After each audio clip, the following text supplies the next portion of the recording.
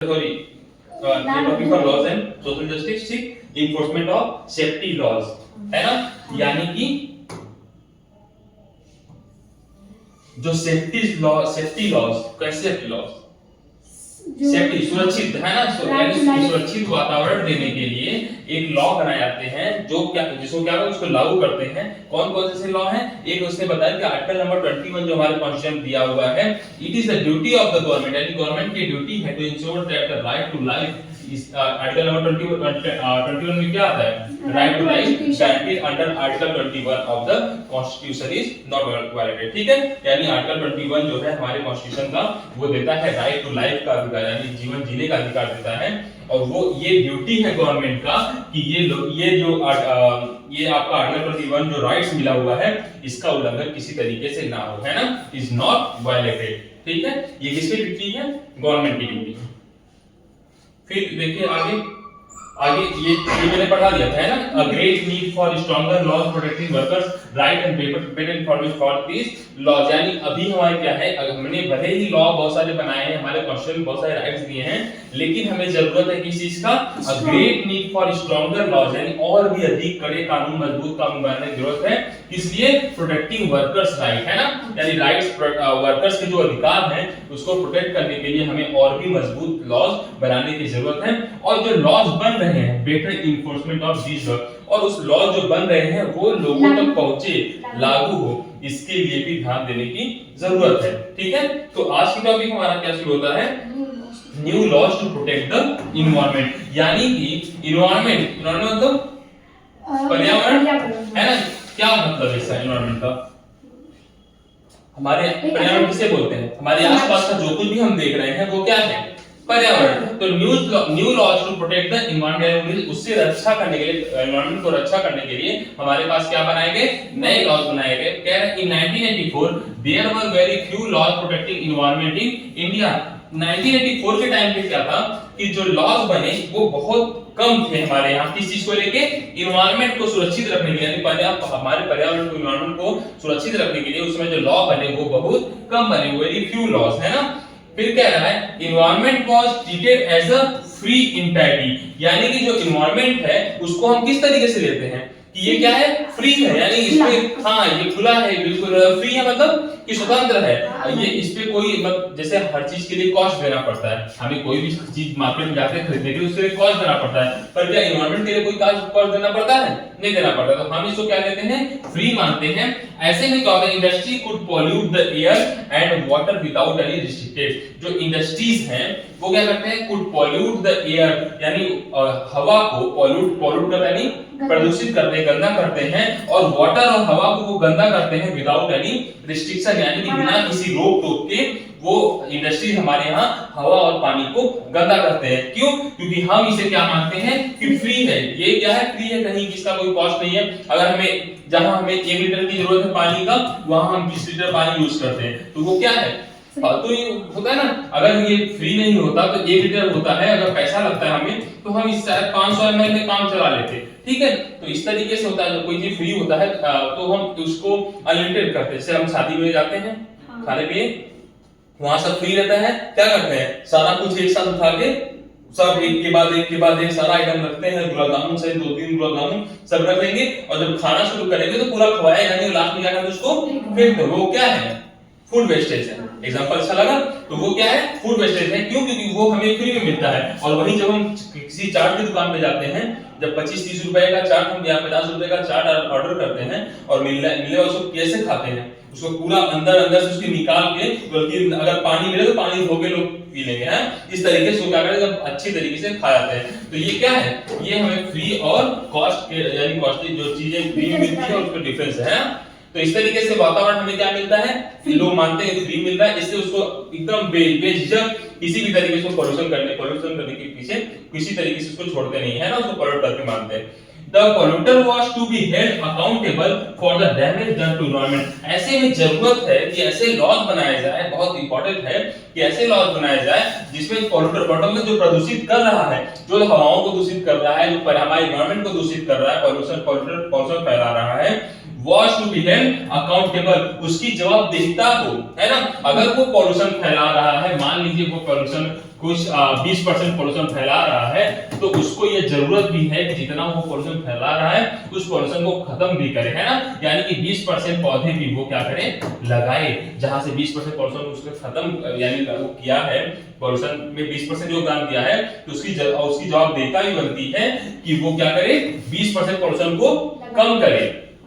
ठीक है, तो वो कैसे करेगा, पेड़ों को लगाएगा, वाटर जो रेन वाटर हार्वेस्टिंग सिस्टम है उसको बढ़ावा देगा। इस तरीके से बहुत सारी चीजें कंपनीज कर सकती हैं। तो ऐसे लॉज बनाने की जरूरत है जिससे जो पॉल्यूशन फैला रहे हैं वो इस चीज के मामले में अकाउंटेबल हो, जवाबदेहिता उनकी सुनिश्चित की जाए कि जो डैमेज कर रहे हैं वो एनवायरनमेंट को, उसका वो भरपाई भी करें। ठीक है, the government is responsible for setting up laws and procedures that can check pollution, clean rivers and introduce heavy fines for those who pollute। Government को क्या चाहिए, ये गवर्नमेंट की रिस्पांसिबिलिटी है कि कुछ लॉज ऐसे बनाए या कुछ प्रोसीजर्स ऐसे दें, यानी कुछ लॉज ऐसे बनाए या कुछ प्रोसेसर ऐसा दें जिससे दैट कैन चेक पोल्यूशन, कि पोल्यूशन कोई कितना फैला रहा है, clean rivers, introduce heavy fines, और कुछ ऐसे कुछ हैवी फाइन्स लगाए। फाइन्स क्या होता है, चार्ज। कैसा चार्ज, फाइन मतलब कुछ गलत करते हैं तो यानी कि जो हमें देना ही कंपल्सरी होता है ना, वो फाइन होते हैं ऐसे। तो कुछ इंट्रोड्यूस करें हम, क्या, हैवी फाइन, बहुत अधिक फाइन उस पे लगाएं अगर कोई पॉल्यूशन फैला रहा है तो। ठीक है, जैसे हमने कहीं का हम क्या करते हैं, पॉलिथीन उठाए, कुछ भी खाते हैं, है ना, उसका रैपर क्या करते हैं, उठा के कहीं भी फेंक देते हैं। तो ऐसे में क्या किया जाए, उसको पकड़ के 500 रुपए उसे फाइन दिया जाए। तो 5 रुपए की अगर कुरकुरे खा रहा है वो, तो 500 रुपए की फाइन देने से बचना चाहेगा कि नहीं चाहेगा, तो वो पॉलिथीन में रखेगा, अपने जेब में रखेगा, कहीं जरूरत जहां कचरा है वहां पे जाके फेंकेगा। ठीक है, तो इस तरीके से पॉल्यूशन को बचाया जा सकता है हैवी फाइन लगा के। ठीक है, फिर कह रहा है environment as a public facility. भाई इन्वायरमेंट क्या है, एक पब्लिक फैसिलिटी है। पब्लिक फैसिलिटी याद आ रहा है कुछ, चैप्टर लास्ट चैप्टर के पहले क्या था उसमें, वाटर। ऐसी फैसिलिटीज, पब्लिक फैसिलिटीज किसे बोलते हैं, जो पब्लिक के लिए, जो पब्लिक यानी जिसका यूज क्या करे, ज्यादा लोग करें, है ना, मोर पीपल्स उसका यूज करें। और यहाँ पे क्या कह रहा है, environment as a public resource. तो भाई इन्वायरमेंट का मतलब क्या है, एयर है, वाटर है ना, ये सब क्या है, ये क्या एक लोग के द्वारा यूज होता है क्या, तो बहुत सारे लोग यूज करते हैं। तो ऐसे इसको क्या कहते हैं, environment as a public facilities. ये क्या है, पब्लिक फैसिलिटी है कि इसका इस्तेमाल बहुत सारे लोग करते हैं, है ना। फिर कह रहा है, इसमें पहला पॉइंट क्या कह रहा है कि the challenge is to look for solution where everyone can benefit from a clean environment. एक सबसे बड़ा चैलेंज आज के समय में क्या है कि सभी तक एक क्लीन एनवायरनमेंट पहुंचाया जाए। Everyone can benefit from a clean environment, यानी हर कोई एक क्लीन एनवायरनमेंट का लाभ उठा सके। ये एक आज के समय में बहुत बड़ा चैलेंज है। ठीक है, the government has to encourage and support factories to gradually move to cleaner technology. जो गवर्नमेंट है has to encourage, and encourage मतलब बढ़ावा देना, एंड सपोर्ट मतलब उसका साथ देना, है ना। सपोर्ट फैक्ट्रीज, यानी फैक्ट्रीज को, गवर्नमेंट को चाहिए कि फैक्ट्रीज को बढ़ावा दे और सपोर्ट करे, किस चीज के लिए, gradually move to cleaner technology. ऐसे टेक्नोलॉजी का यूज करे जो क्या हो, एनवायरनमेंट को क्लीन करे, जैसे कि सोलर पैनल, सोलर लाइट्स, है ना, सोलर लाइट का यूज करे। और भी बहुत सारे टेक्निक, जैसे मान लीजिए electric bike, electric scooty, electric bike ज्यादा से ज्यादा उसका मैन्युफैक्चरिंग हो। ठीक है, और क्या कर सकते हैं, स्प्रिंकलर सिस्टम वगैरह करें जिससे वाटर क्या करेगा, सेव होगा। तो ऐसे में क्या होता है कि कुछ ऐसे क्लीनर टेक्नोलॉजी को इंट्रोड्यूस करने की जरूरत है, इसके द्वारा, फैक्ट्रीज के द्वारा, और उसको बढ़ावा और सपोर्ट कौन करेगा, गवर्नमेंट करेगा। This will ensure that the workers' livelihoods are protected and both workers and communities living around the factory enjoy a safe environment। कह रहा है कि देखिए फैक्ट्री में कौन काम करता है, वर्कर्स, फैक्ट्री में काम करते हैं वर्कर्स, है ना।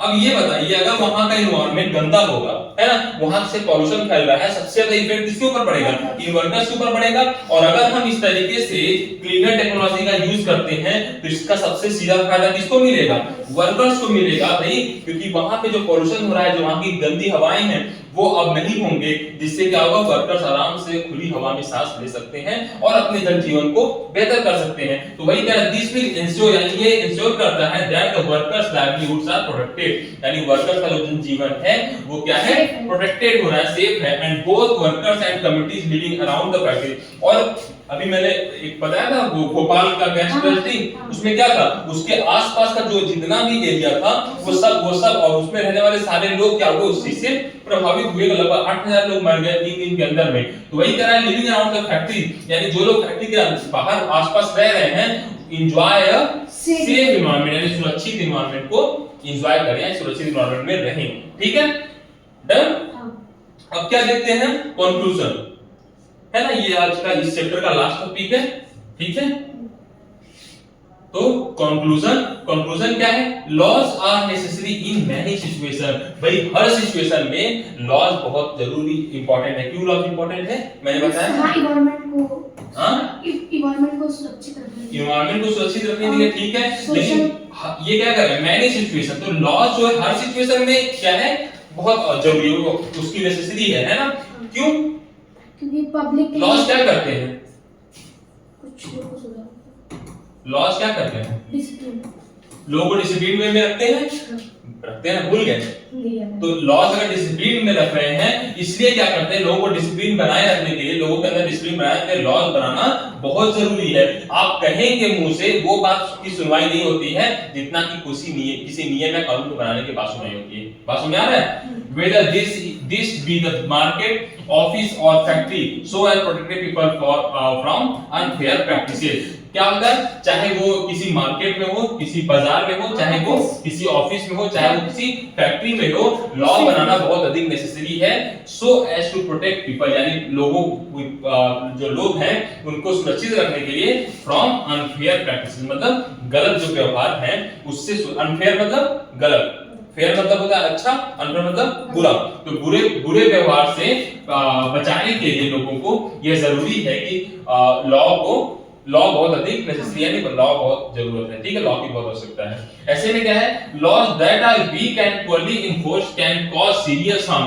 अगर ये लॉ जो नियम है दैट आर वीक, अगर वो कमजोर होंगे, और पोorly मतलब गंदे होंगे या गरीब होंगे, इस तरह से गरीब का मतलब है गंदे होना, कि अगर वो लॉज अच्छे नहीं है ना, कमजोर और बेकार हैं, तो अगर वो क्या पोorly enforced कह रहा है ये, सॉरी, अगर बेकार तरीके से लागू किए जा रहे हैं, कैन कॉज सीरियस हार्म, है ना, उससे क्या हो सकता है, बहुत गंदा नुकसान पड़ सकता है। सीरियस हार्म मतलब बहुत सीरियस हार्म, है ना, कि बहुत सीरियस नुकसान हो सकता है उससे।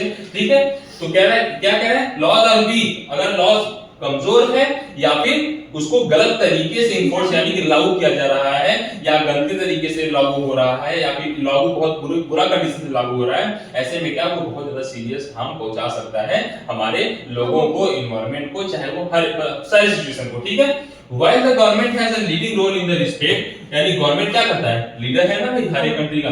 People can exert pressure so that both private companies and the government act in the interest of society। देखिए, जब गवर्नमेंट जो है लीडिंग रोल करता है, चूंकि गवर्नमेंट जो है लीडिंग रोल में होता है, people can exert pressure, people को क्या चाहिए, प्रेशर बनाना चाहिए, किसके ऊपर, गवर्नमेंट के ऊपर, so that both private companies and government, यानी गवर्नमेंट और प्राइवेट कंपनीज के ऊपर लोगों को फोर्स करना चाहिए, प्रेशर बनाना चाहिए, जिससे क्या हो, act in the interest of society, जिससे वो लोग क्या करें, सोसाइटी के इंटरेस्ट में काम करें, है ना, जो भी वो काम करें सोसाइटी के मद्देनजर रखते हुए काम करें।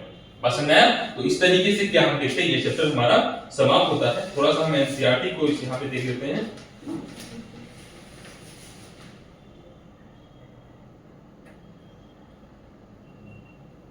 है ना, ये देखिए, ये भोपाल का स्ट्रेटजी हो गया है। फिर क्या दिख रहा है यहाँ पे, what is a workers work हो गया है ना, इन्फोर्समेंट ऑफ सेफ्टी लॉस आज बताया नहीं, कल बताया था, आज भी उसको रिवाइज करा दिया हूँ। ठीक है, new laws to protect the environment, है ना, नए नियम बनाए गए, आर्टिकल 21 वगैरह। ठीक है, 1984 देयर वर, ये लिखा हुआ है 1984 there were very few laws protecting the environment, है ना, 1984 में बहुत कम लॉज ऐसे बनाए गए थे एनवायरनमेंट के लिए। उसके बाद देखिए ये देखिए एक चीज है, SDG goal number 9, industry innovation and infrastructure, है ना, यानी कि एसडीजी में हमारे पास सतत विकास लक्ष्य दिए गए हैं, जिसमें ये 9वां लक्ष्य है, क्या है वो, industry innovation and infrastructure. Industry मतलब क्या होता है, एक कंपनी, जहाँ कम बनता है। जहाँ पे कोई चीज मैन्युफैक्चरिंग होता है ना। इनोवेशन मतलब क्या होता है? कुछ नया करना, नवाचार। क्या होता है? नवाचार, है ना, नवाचार। और इंफ्रास्ट्रक्चर क्या होता है? बनाना। बुनियादी संरचनाएं, जैसे ये मकान है, ये रूम बना हुआ है, ये सब क्या है? ये इंफ्रास्ट्रक्चर है ना। बिल्डिंग्स बने हुए हैं, स्कूल्स बने होते हैं, सड़क बने होते हैं, ये सब क्या होते हैं? इंफ्रास्ट्रक्चर होते हैं। ठीक है, तो ये कौन सी इस गोल में आता है? SDG goal number 9। SDG sustainable development goal, देखिए लिखा हुआ ना, एसडीजी गोल नंबर 9 गोल में आता है ये। ठीक है, और ये कौन, ये उसके बाद क्या था? New laws to protect the environment, है ना, नए नए लॉज बनाए गए। ये देखिए गाड़ियों से निकलता हुआ धुआं, अगर इसके लिए हम कुछ लॉज बनाए कि भाई क्योंकि आज के समय में बना होगा कि 15 साल से ज्यादा आप किसी भी गाड़ी का इस्तेमाल नहीं कर सकते हैं। ठीक है, अगर 15 साल से ज्यादा करना है तो आप पहले उसको आरटीओ ऑफिस से उसको क्या करेंगे? चेक करवाएंगे कि ये सिचुएशन में है कि नहीं, चलने योग्य है कि नहीं है, या ये पॉल्यूशन कितना बनाता है, फैलाता है। ठीक है, इसीलिए हर साल आपको क्या बनाना पड़ता है? हर एक गाड़ी का पॉल्यूशन बनाना पड़ता है। ठीक, इस देखिए ये इस तरीके से लॉज बनाए जाने चाहिए। आगे देखें ये, ठीक है, ये देखिए कार्गो है ना, कोई पोर्ट है यहाँ पे, वहां पे जो है इस तरीके से जहाजों का आवागमन होता है। और ये हमारा कंक्लूजन के साथ ये चैप्टर क्या हो गया? समाप्त हो गया।